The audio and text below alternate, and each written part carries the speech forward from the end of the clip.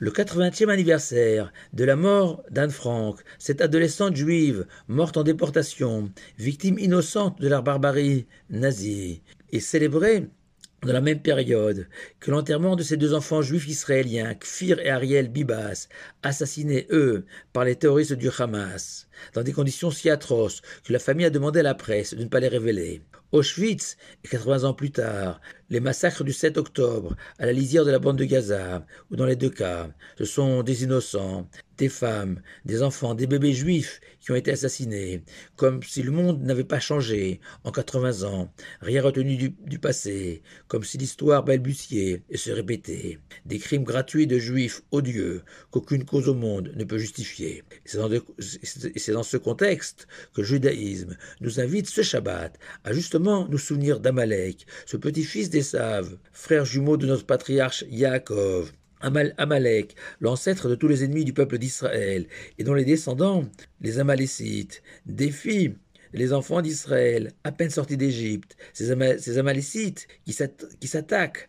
comme le décrit le texte sacré, aux enfants d'Israël qui étaient à la traîne, ceux qui ne pouvaient pas marcher correctement, aux plus faibles, les femmes, les enfants, les vieillards, des crimes d'innocents commis dans le désert, il y a près de 3500 ans, sans motif apparent, comme nous l'expliquent nos sages. Les enfants d'Israël ne menaçaient aucunement ni leur territoire, ni leurs biens, la haine pour la haine. Ce refus de considérer que la terre est suffisamment grande pour vivre ensemble, côte à côte, dans la paix et la fraternité, autour d'un idéal spirituel, divin. Tout le contraire du projet de vie d'Amalek, fondé sur un rapport de force, où seul le plus grand, le plus fort, le plus puissant a le droit de vivre, d'être heureux. Ce commandement de lire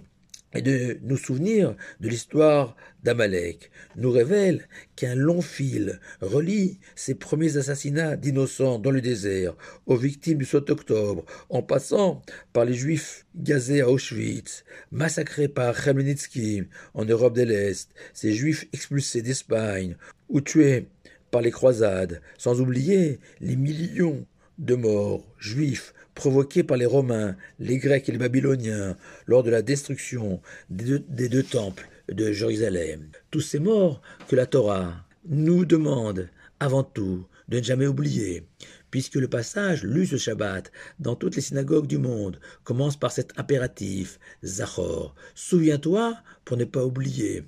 Ces océans de larmes et de sang versés par les Juifs au cours de leur histoire, Zachor, ces 4 lettres devenues l'emblème de tous les mémorials de la terre. Car c'est là notre première obligation. Plus encore, dans toutes les communautés ashkénazes du monde, chaque Shabbat, une prière intitulée Avrachamim, le Père miséricordieux, est récitée en souvenir de tous les martyrs de notre histoire, dont les paroles sont glaçantes. Ces martyrs, si chers et tant aimés de leur vivant, n'ont pas été séparés par la mort, dans un destin commun, plus léger que les aigles, plus courageux que les lions, pour accomplir le souhait de leur Créateur. Mais attention, il y a une erreur gravissime à ne pas commettre, celle de se contenter de se souvenir, de réciter un Kaddish, un Kelmel Rachamim ou une Ashkava, et de reprendre le rythme de la vie. Car c'est à dessein, volontairement, que nos sages ont institué ce devoir de Zachor, ce devoir de mémoire, selon cette expression devenue banale une fois par an, précisément le Shabbat qui précède Purim, cette fête où nous célébrons une victoire éclatante remportée contre Aman, ce descendant d'Amalek, qui lui, comme ses ancêtres et ses descendants, a imaginé que lui, Aman aussi, pourrait faire couler à flot le sang des Juifs de Perse, mais que cette fois-là, Dieu a dit non, et que pour une fois, le sort en a décidé autrement, d'où le nom de cette fête, Purim, pour indiquer que c'est le sort favorable qu'il a emporté sur le sort défavorable, habituellement tombant sur les Juifs au cours de l'histoire. Célébrer Purim, c'est d'abord l'expression d'un espoir, qu'en dépit de tous les massacres commis par Amalek et ses millions et millions d'innocents juifs assassinés, arrachés prématurément à la vie, dont les impurs sont remontés au ciel beaucoup trop tôt à nos yeux, et ce souvent dans des conditions effroyables, pour des raisons que j'ignore.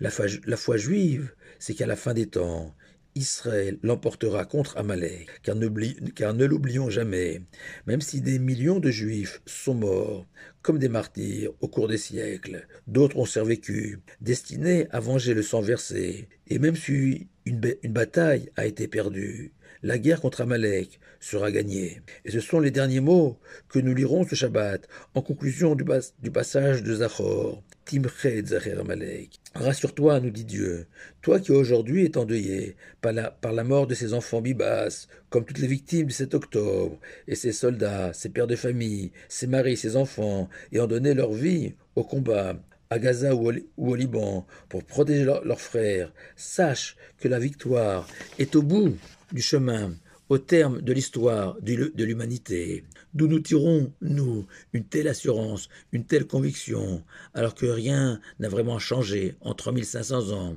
et que Purim fut plutôt une exception qu'un cas général. La réponse nous est fournie par les derniers mots de la description de la première guerre d'Amalek contre les enfants d'Israël, interprétée par nos sages. Dieu a levé sa main et a juré sur son trône divin qu'il livrerait bataille contre Amalek et que forcément Dieu ne peut pas perdre. Et nous les enfants d'Israël, les enfants de Dieu, serons sans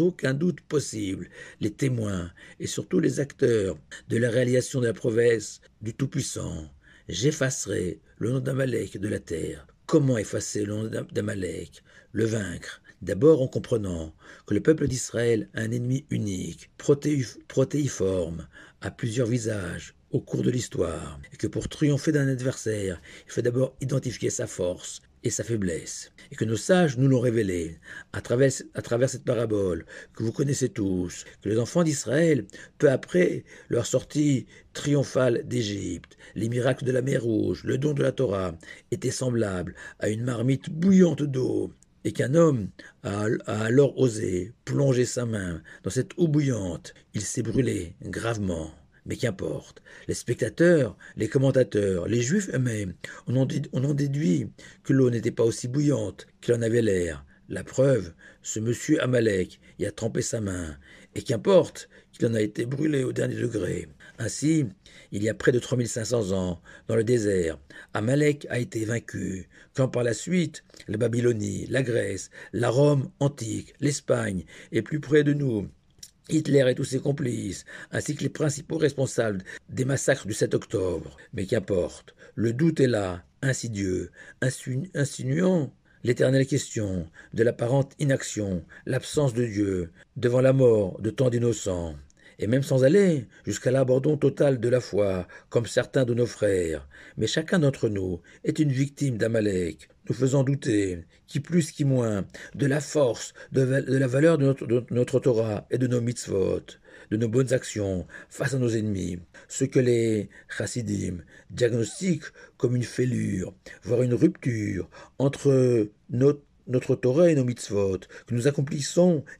extérieurement avec notre corps, sans que notre âme, notre véritable moi, soit connecté, sans que notre cerveau soit convaincu à 1 milliard de % qu'il n'y a rien de plus grand et de plus beau et de plus fort qu'accomplir Torah et mitzvot.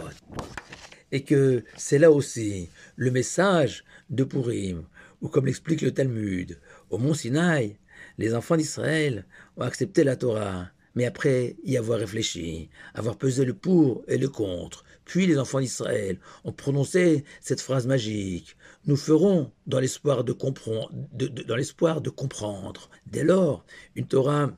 maîtrisée, réfléchie, est en proie au questionnement, au doute, celui insinué par Amalek et ses descendants, tandis qu'à Purim, on a brisé ce lien entre l'action et la réflexion, la pensée, sous l'effet de la joie euphorisante, galvanisée par cette victoire sur Aman. On est parvenu à réussir cette unité parfaite entre ce que nous sommes et ce que nous faisons. Cette unité, Echad en hébreu, dont la valeur numérique est 13, c'est du mot Ahava, amour. L'amour pas seulement de son conjoint, pour former un couple uni, l'amour aussi pour ce que nous vivons, la Torah et les mitzvot, pour ne former qu'un avec eux. Et que finalement, chaque fois qu'un juif ou une juive accomplit une mitzvah, une bonne action, quelle que soit cette mitzvah, avec tout son cœur, toute son âme, avec tous ses moyens, il remporte une victoire contre Amalek,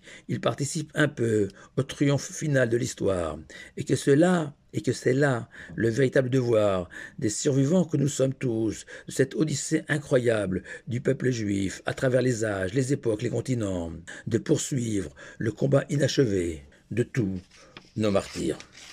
En conclusion, le Beth Israël, ce fameux rabbi de Gour, rescapé de la Shoah, après y avoir perdu femme et enfants, même si lui s'est refusé à bâtir un nouveau foyer, a trouvé le courage et la force de reconstruire entièrement la Chassidut de Gour en Israël. Le Beth Israël enseigne que nos sages ont institué de lire le passage de Zachor, précisément le Shabbat, et pas un jour de semaine, car le Shabbat est ce jour de repos où non seulement les hommes, mais même toutes les âmes de l'histoire goûtent à la paix et à la félicité autour de leur Créateur, comme pour insuffler en nous l'espoir d'une victoire définitive sur Amalek, à l'image du Shabbat, dans une vision messianique de l'histoire de notre terre, définitivement débarrassée d'Amalek. Shabbat Shalom à vous tous.